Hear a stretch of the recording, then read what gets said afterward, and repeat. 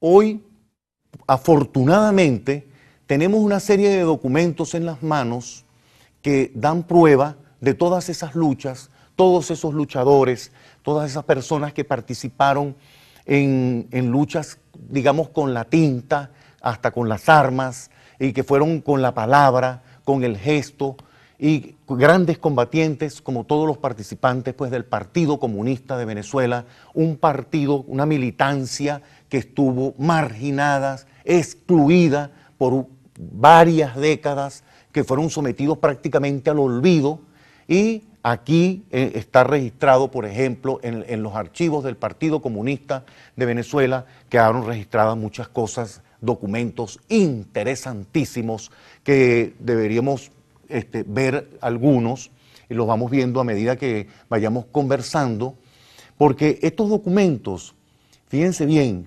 suman aproximadamente 8.600 documentos. ¿Qué hay en esos 8.600 documentos del Partido Comunista de Venezuela? Bueno, allí encontramos cartas, encontramos papeles de Gallego Mancera, de todos los que participaron dentro de las líneas del Partido Comunista de Venezuela, pero asimismo conseguimos denuncias, pasquines, periódicos que circularon en la clandestinidad que jamás fueron divulgados por décadas, pero ahora sí lo vamos a hacer, vamos a mostrar documentos y vamos a poner esos archivos a la orden de las personas que los quieran consultar, porque eso no puede permanecer oculto, no puede permanecer oscuro, como no puede permanecer bajo las sombras de la desidia y del silencio. Para darnos una idea del contenido de los documentos que conforman el archivo del Partido Comunista de Venezuela, voy a mostrar algunos documentos que forman parte de esa gama de papeles y de diferentes tipos de periódicos que configuran este referido archivo. Fíjense, por ejemplo, por acá tenemos este pequeño periódico, ¿verdad? Hecho muy artesanalmente. Esto fue en Guárico, primera quincena de febrero de 1963. Y por acá dice: comandante guerrillero del Guárico se dirige a sus compatriotas. El sábado 2 y domingo 3 se efectuará la auténtica cuarta convención regional de trabajadores del Guárico, donde se elegirá su comité ejecutivo y los delegados al cuarto Congreso de Trabajadores de Venezuela. Fíjense, ya se estaban haciendo este tipo de convocatorias a través de periódicos, por supuesto clandestinos, hechos muy artesanalmente, muchos de ellos en multígrafo, otros utilizando varias técnicas así, pero muy rápidas, muy urgentes. Esto es lo que llaman documentos que surgen por una gran necesidad y con una gran urgencia, con toda la austeridad que puedan tener, pero el documento sale. Y vuelvo a lo anterior, por eso que es importante los documentos que conforman cualquier archivo, más este archivo al que nos estamos haciendo referencia. Fíjense este tipo de denuncias. Dice: contra el allanamiento al diputado obrero Eloy Torres.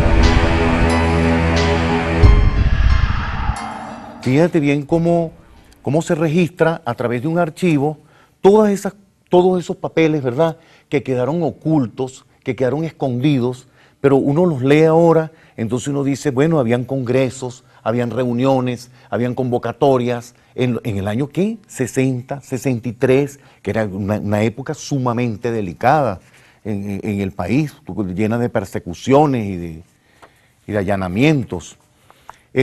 Fíjense bien, esto es de febrero de 1963, Trinchera, órgano del Partido Comunista de Venezuela.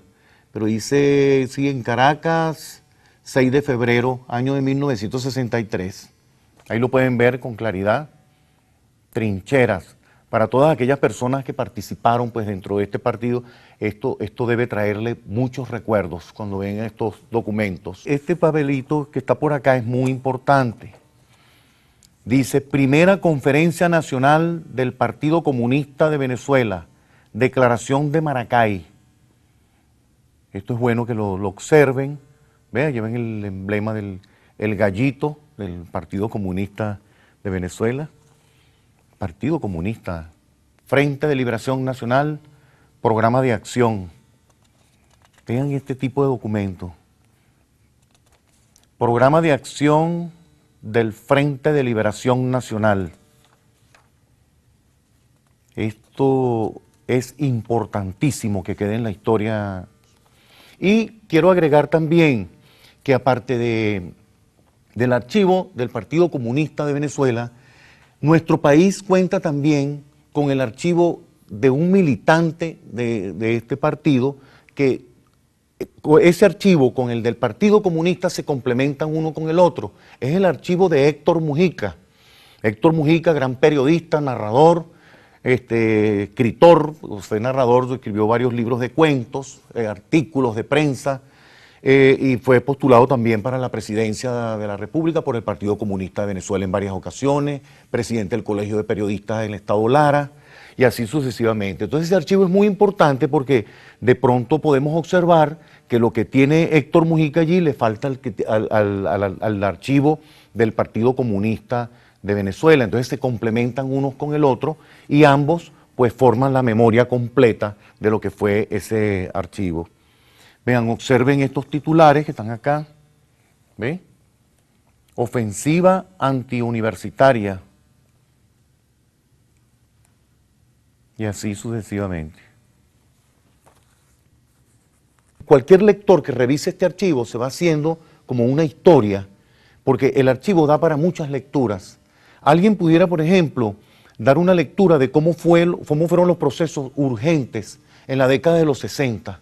Y eso se registra a cómo fueron hechos los documentos, a cómo salió un periódico. Eso deja sus huellas, por eso es que las lecturas son diversas. Uno dice, bueno, este periódico fue sacado en la clandestinidad, fue sacado apresurado, salió manchado, y eso indica también que había un movimiento, que había una persecución, por eso les digo que da otras lecturas, y así sucesivamente. ¿Ve? En el archivo también hay convocatorias para congresos, reuniones. Esto es de suma importancia. Yo creo que más adelante, pues esto tendrá que estar digitalizado, no sé, para que le llegue. Aquí está otro ejemplar del Tizón. Para que le llegue a toda la población y al mundo. Sería importante. Vean este periódico, La Pava Macha. Ustedes se extrañarán porque no hemos mostrado ninguna tribuna popular, pero sí, el archivo tiene muchísimos ejemplares de Tribuna Popular, pero como Tribuna Popular es un periódico que siguió saliendo, circulando y todo, bueno, consideramos más bien mostrar cosas que son como más reservadas, así, que fueron más prohibidas. Por ejemplo, hay periódicos convocatorias que son totalmente clandestinas. Entonces, con esto solo he querido motivarlos a que revisen algún día el archivo de este Partido Comunista de Venezuela, cuya militancia fue olvidada, marginada por muchas décadas en el país, pero que en los papeles de este archivo está la voz de una fuerza activa que en nuestra época está latente, vigente y sigue siempre adelante.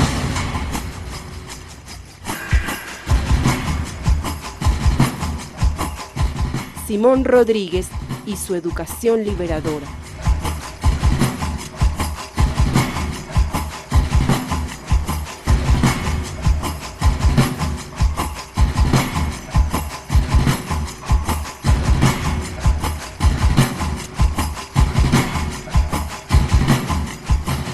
Tengo en mis manos un libro de Simón Rodríguez, nuestro gran maestro. Un libro publicado en 1830, enero 1830. Este libro es muy importante porque es la defensa que asume Simón Rodríguez sobre la figura de Bolívar, sobre el hombre, el batallador, nuestro libertador. Este libro es importantísimo. Y asimismo tenemos otro, como son, bueno, que es más conocido, de 1828, que son las sociedades americanas en 1828. ¿Cómo serán y cómo podrían ser en los siglos venideros?, dice el gran maestro acá. Y así vean la forma como está escrito, también de un original de Simón Rodríguez. Él escribía de una manera así como apuntes, como notas, pero era muy preciso, no divagaba, o sea, simplemente escribía la palabra, la que iba en el momento. Y así desarrolló su obra Simón Rodríguez. Pero un poco motivado pues por lo que están de tener estos libros acá, las ideas de Simón Rodríguez en educación son muy importantes. Primero que todo, las ideas de Simón Rodríguez sobre educación están muy asociadas a todo lo que es creativo en el ser humano, al desarrollo de la imaginación, a ser críticos, participativos, a reflexionar. Simón Rodríguez daba las clases prácticamente mostraba su cuerpo para explicar algún elemento. Si iba a explicar algo, prefería llevarse a los muchachos, a los alumnos al río para que vieran el río de verdad, y así era que daba las clases. Simón Rodríguez estaba ahí en sus apuntes, él lo decía pues. Una vez se le ocurrió y dijo: más aprende un niño jugando un rato con un palito que estando horas y horas ante un maestro que solo le habla de abstracciones que están fuera de su realidad. Más o menos eso nos da una idea de por dónde iba el pensamiento de Simón Rodríguez. Cuando es retomado en el siglo XX por personas dedicadas a la educación, nos encontramos en Venezuela con teorías inclusive de pedagogos, teorías que venían de Francia, de otros países, como por ejemplo el pensamiento de Celestín Freinet, en Brasil Paulo Freire, quien desarrolla toda una campaña de alfabetización con obreros. Entonces vemos ciertas señales de cómo se conecta Simón Rodríguez, ¿verdad?, con el siglo XX, cómo entra en sintonía con una cantidad de personas que se dedicaron pues, a la educación. Sin embargo, hasta hoy los principios en pedagogía de Simón Rodríguez, como son tan amplios, como se va hacia el mundo de la creatividad en sí, porque él estaba en contra de la memorización mecánica. O sea, una educación que lo que hace uno es memorizar mecánicamente y repetir. No, para Simón Rodríguez no. Para Simón Rodríguez era participar, ser crítico, imaginar, crear. O sea, aprender sobre la marcha mientras se va creando también. Entonces, hasta cierto punto, Simón Rodríguez es así como un poeta de la educación, como un poeta que le canta a la educación, a la palabra, y esto es muy importante.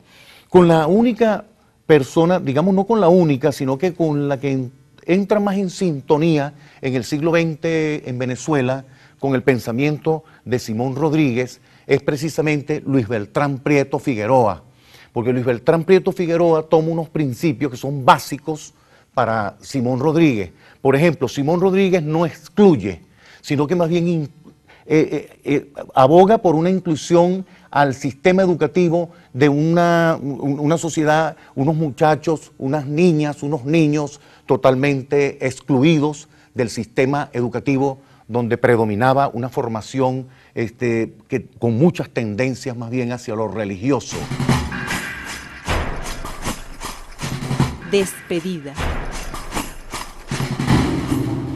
Bueno, hoy hemos llegado pues como al final de este diálogo, porque yo digo, como dijo un poeta alguna vez, en mi principio está mi fin, Este es un diálogo que no termina nunca, siempre seguiremos conversando y no me queda más que despedirme con las mismas palabras de siempre, esa frase bellísima de George Steiner: la lectura nos hace menos capaces de ser indiferentes.